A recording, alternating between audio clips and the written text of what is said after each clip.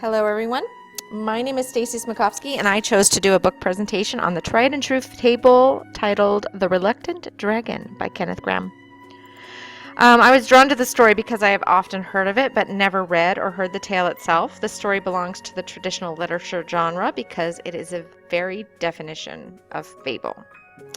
I don't know too many talking dragons, and if any of you have met any, I would really appreciate a phone call, an email, something, because I would love to hear that story, maybe write it down. This story also teaches a moral of kindness, friendship, loyalty. You get to pick because that's all included in this wonderful story.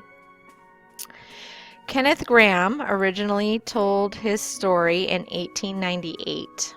He's the original author of this story. He's famous for another story that you might have heard of, Wind in the Willows. Of course, he's written other things, and he's a really prolific writer.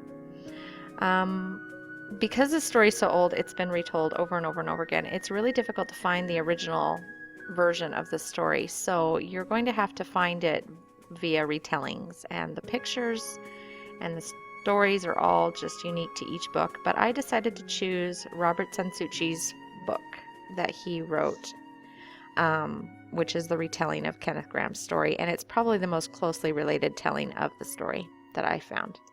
Of course, there's many versions.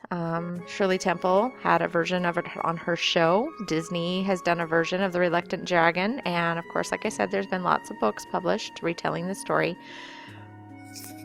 Excuse me. This particular picture here has always been one of my favorite pictures, but I had no idea it was associated with this story until I read it, and now it's even more endearing. And if any of you guys know how I can pick up a print of this in a large copy, I would love to get it framed and put it in my house. So I'd appreciate another comment if you guys know how to get a hold of that. Robert San Souci. He's won countless awards in children's literature, including the prestigious Aesop Award for Children's Folklore section in the American Folklore Society. And so you can see he loves reading and retelling folklore. And he's most famous recently for Fa Mulan, only because Disney picked it up and they wrote and did their story Mulan based on his story of Fa Mulan, and of course he consulted on that movie, so that's what he's probably most recently famous for.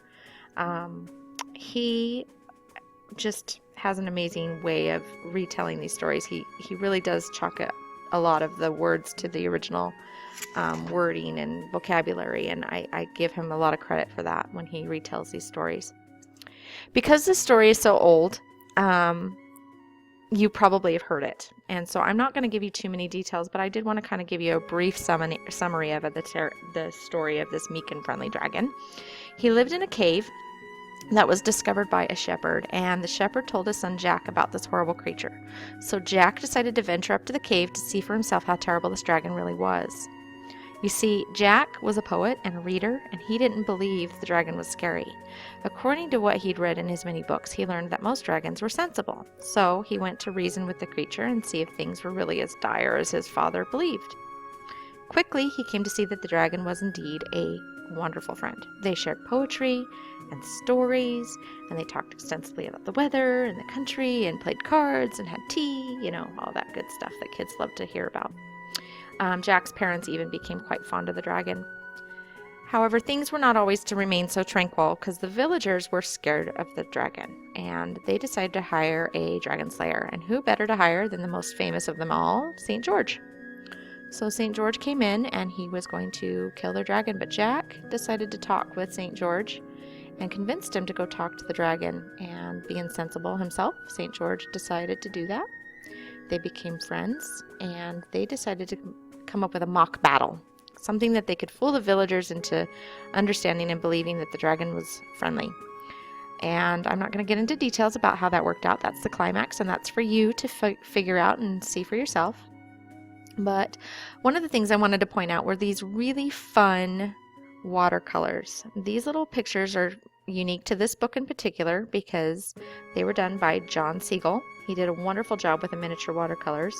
And as you can see, these little squares here are only 2 by 2, 2 inches by 2 inches squared, and you'd think that that was just too tiny because look at all that white space. But really, when you look at the detail in these fun little photos or these fun little watercolors, they're really kind of the flavor and the humor and the personality of the characters come out with these little pictures, and so it really kind of makes the pictures really kind of makes the text more alive and fun. I would say that this is a great read aloud book for ages 3 on up to 10 probably. Ages 8 on up could of course read it on their own and enjoy it themselves. I love this story. It's really become a new favorite. I love the little pictures. I love the flavor and the humor, and I really truly understand now why this is a timeless tale of friendship and loyalty. Hope you guys get a chance to check it out.